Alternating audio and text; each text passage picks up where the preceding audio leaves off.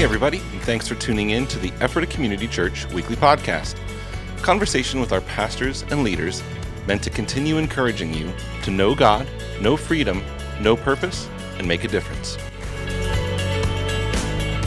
Hey, Ephrata Community Church, it is great to be with you once again for our weekly podcast where we take a little bit of time just to reflect on the weekend services we just had and then look ahead. Jim, you got to bring the message this weekend, and before Kevin was where? He is in another country. He's in Brazil. Thank you. Brazil. Global Awakening, traveling with Randy Clark and a team which includes 8 of our own people. Really excited. And we took time to pray for them this weekend. He emailed me this morning. They're doing great. Yeah.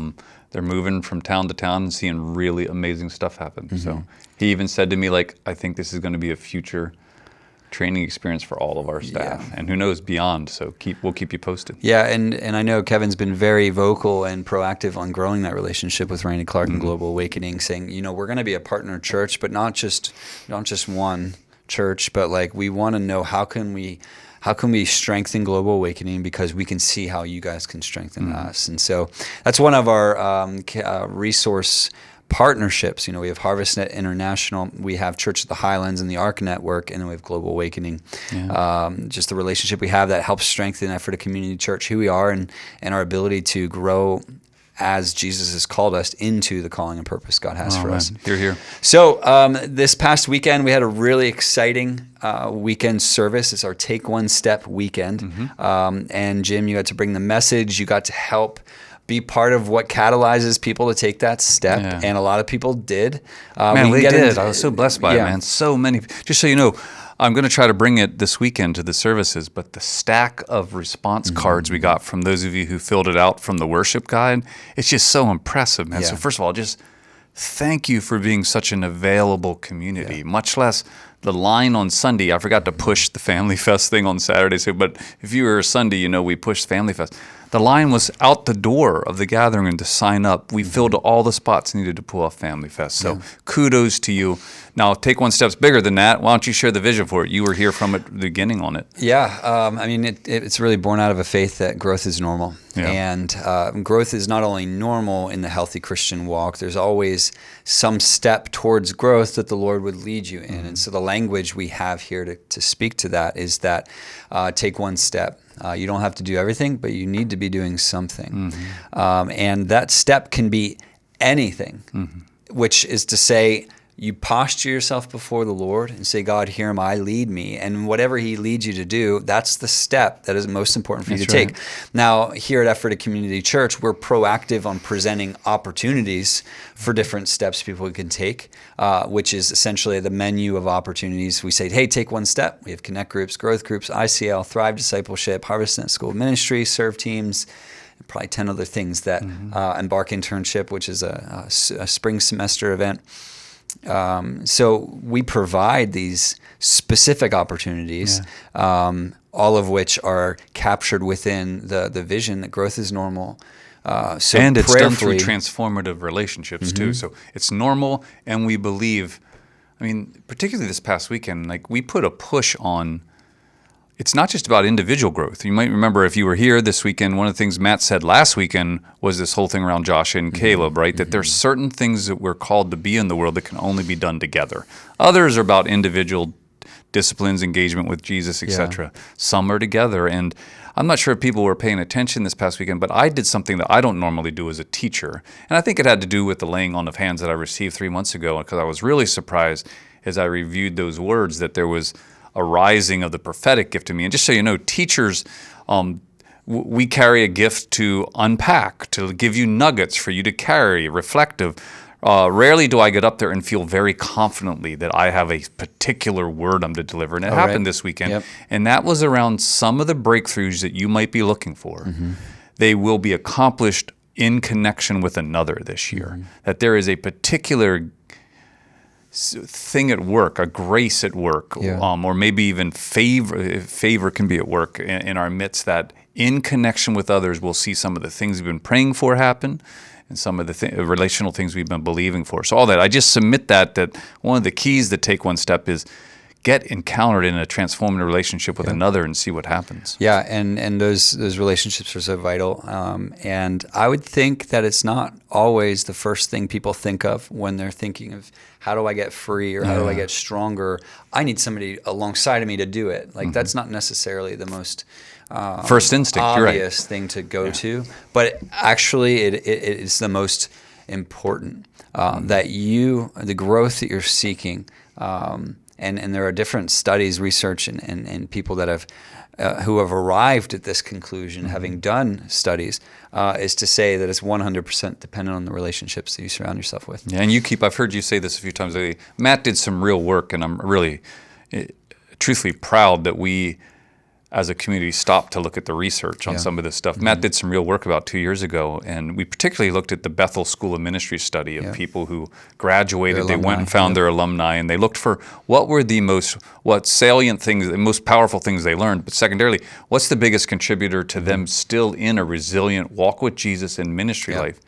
And number was their encounter with others. Like, were they doing church? Right? Church attendance. Were they doing church and therefore putting themselves in connection with others? Yeah, exactly right. And it was the number one indicator of long-term. The number one contributor. Yeah, of all the things they could measure, of all the ones that were successful, church attendance was the number one point that they could measure. That's right. And so I interpret in that, and tell me if I'm wrong. Maybe someone could argue like, well, that just shows discipline, that they're willing to stick with something. I think it's deeper than just discipline. I think it's your engagement with others being part of the transformative transformation taking place within you. So that's why Take One Step had such a push. Yeah, and it's so exciting when it's not just you're encouraging one person to take one step, but we're speaking to the entire community. And just this morning pulled numbers on those who only took one step in a Connect group, a growth group, Thrive Discipleship, and the Institute for Christian Learning. 747 individual people taking one step in just those offerings. So beyond that, we're not counting serve teams, Harvest School Ministry. Right. Exactly. There's several things we just didn't. There's a number that aren't included in that, but individual people taking those 4 offerings, the steps there, it's so awesome. Kudos to you, 747. Yep. And if you haven't done it yet, you still can do it. We don't mind if that number goes up. Yeah, I got an email this morning like, hey, could I still get in? And I'm just like, of course, How are you going to say no to No, exactly. How am I going to tell you no because you missed a deadline? Jesus, you sure you don't want 13? You want to get me all worked up? That's how you do it right here. No, you're definitely welcome, and I will make room for you. So Take One Step weekend, it's just such a, not even a success. That sounds weird to say. It's beautiful and exciting for me to observe a church that expects the living God to meet them when they take that step. Yeah. Because it's not just, okay, I'll do it because you're asking me to. It's, you know what, I'm going to believe that in so doing this, I'm going to meet God. That's right. And I'm just really excited that that's the culture, the climate here. And I think it's partly about service too. I think partly is it's us meeting God, but what a service-oriented culture. I threw out a stat this last weekend. It takes 100 people roughly of volunteers. Not just takes. We have the privilege of 100 people volunteering to serve in this community every single weekend, to give away to others. So thank you so much. When 1/16 of us are just there to serve the other 15th, that is, God releases blessing over that. And this community, I am just thrilled. It was one of the things I noticed most. Like there's like 3 things I noticed when I first started being part of this community. And there was a serve mentality, right? I'm just wondering what all I know, dude. I leave that hanging. You got to come back next week. Oh my word! Really, there were 3 things about this community that I was just like, "Who are they?" Yeah, that's beautiful. In the best possible way. Yeah. Anyway, that's I am really leaving it hanging. Man. Yeah, that's Tune in okay. next week. Tune in next week. So, Jim, one thing I want to pivot to here now is you brought the message beyond encouraging people to take one step. You talked about a people group within the Old Testament that not everybody is clued into. Yeah, very very small little vignette of a story nestled in. And I don't know if you always do that, but I find that to be kind of normal with Jim when he's bringing a message. You're like, hey, here's this one-off story that you don't realize how it's threaded into the entire narrative in all these different character little known unnamed nobodies changing the world. Yeah, right, and God does in them. I wanted to open up the floor for you to say, one, maybe to What was a point that you were most excited? Here's a question. What's the point you were most excited to deliver and hoping people grasped coming out of the weekend? Oh, goodness.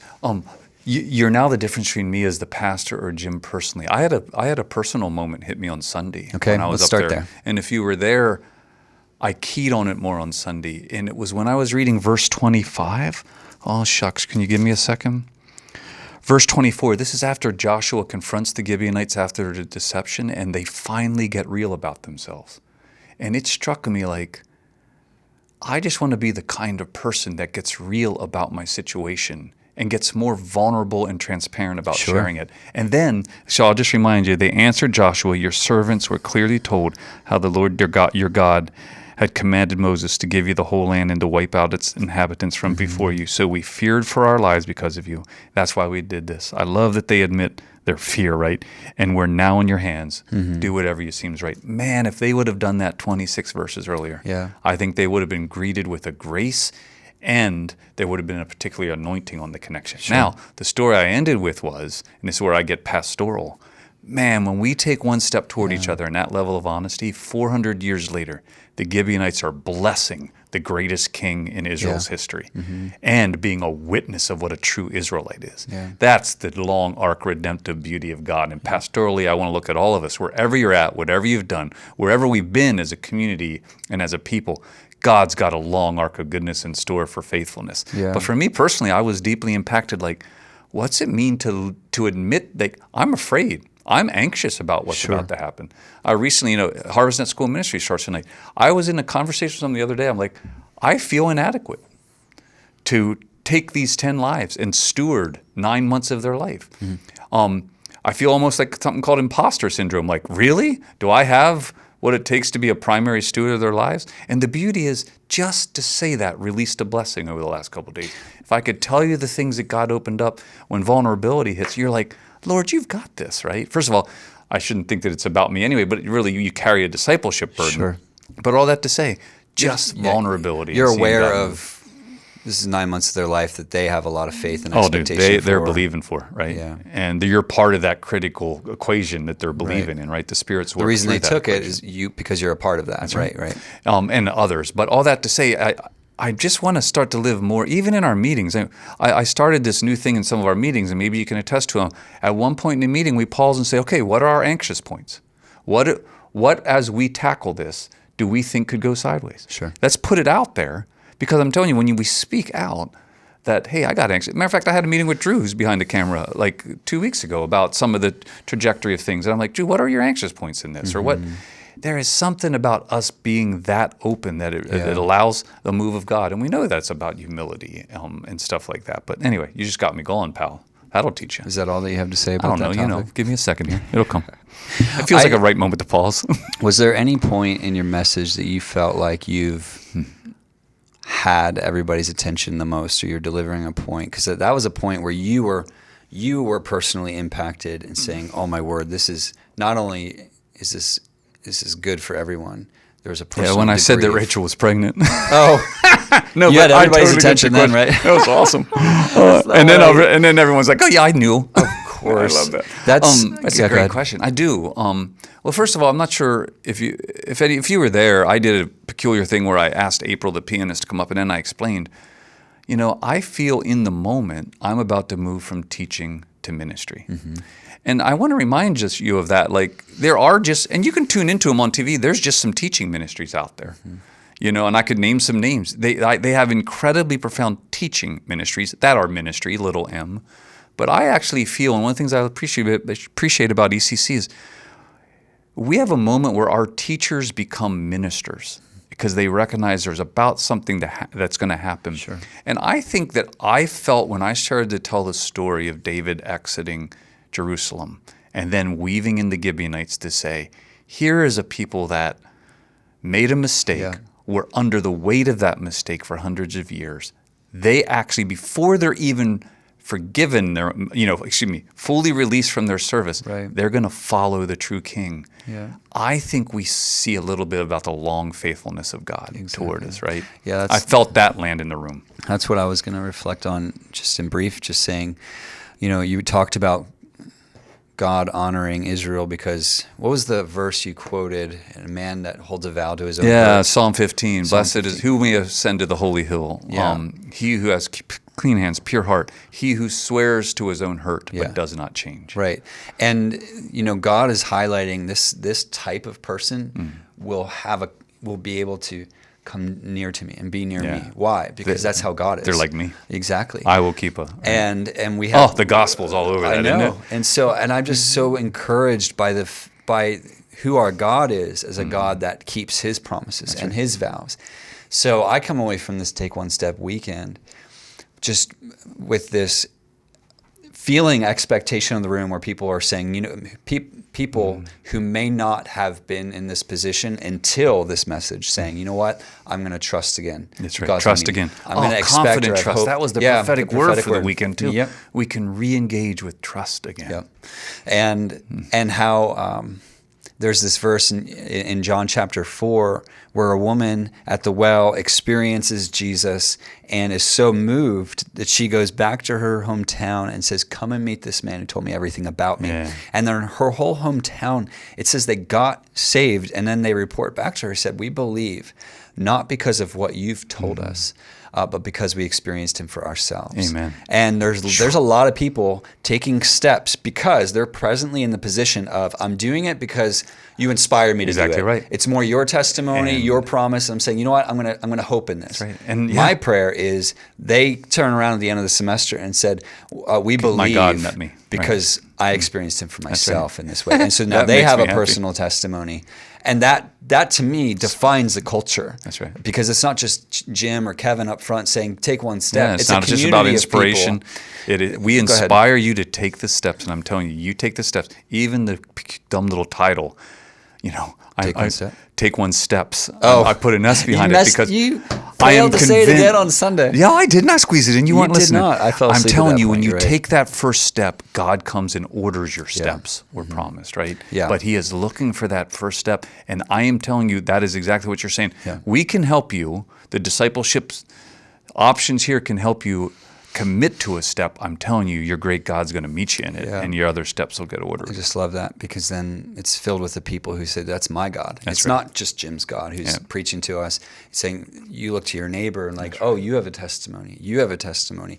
We're all one people who have a testimony of the living God. And oh my goodness. Oh no, we can keep going. We've been doing this for I 17 think we should minutes. keep going, Jim. Nope, we're not done. Here's There's another more. example. I love something Matt said to me yesterday. Everything. Last night, every day he says something so profound.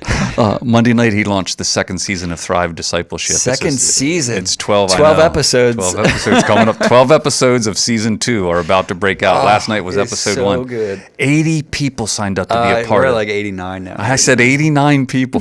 He oftentimes thinks I exaggerate my stats. I go low and he corrects me.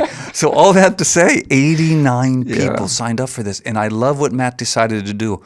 He was tempted to invite me to be a part of the intro. Instead, he said, I'm going to feature some people whose lives were touched by Thrive Discipleship last year. And as soon as he said it, something in my heart said, that's it, man.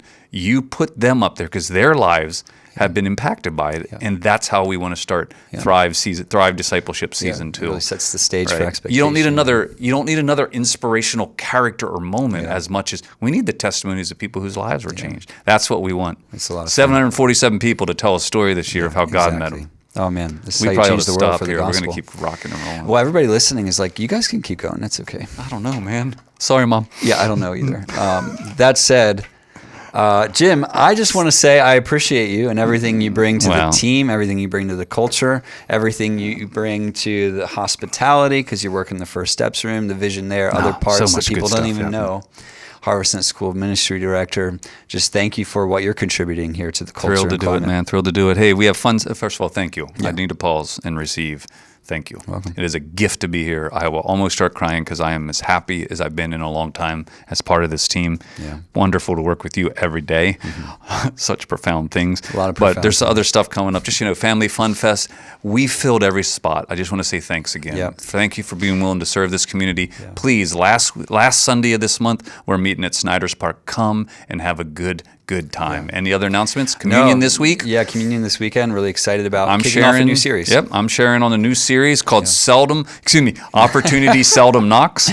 We're spending 2 weeks just discussing what it means to be prepared when opportunity does show up in your worlds, because we believe opportunity seldom knocks. You got to be listening closely. Yeah, that's good. All right, Jim, thanks for being here, and thank you for being here for our podcast this week. Look forward to being with you this weekend and for our episode next week. Till then, take care. God bless. Hey, thanks again for joining us today. We hope that you've been encouraged by listening and that you'll join us again next week. You can listen to previous episodes, find additional resources, and of course, learn more about us by visiting effortacommunitychurch.com.